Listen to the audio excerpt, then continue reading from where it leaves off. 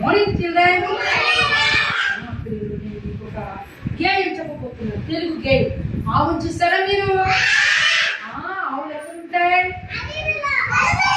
అడవిలో మీ ఇంటి దగ్గర లేవు ఆవులు కదా.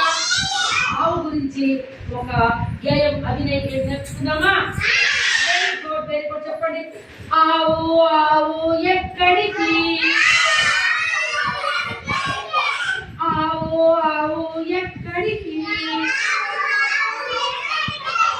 ఆ అడవిలో మేతకి, ఆ అడవిలో మేతకి, ఆకులు గడ్డి తింటాను, ఆకులు గడ్డి తింటాను, ఆనందంగా ఉంటాను, ఆనందంగా ఉంటాను.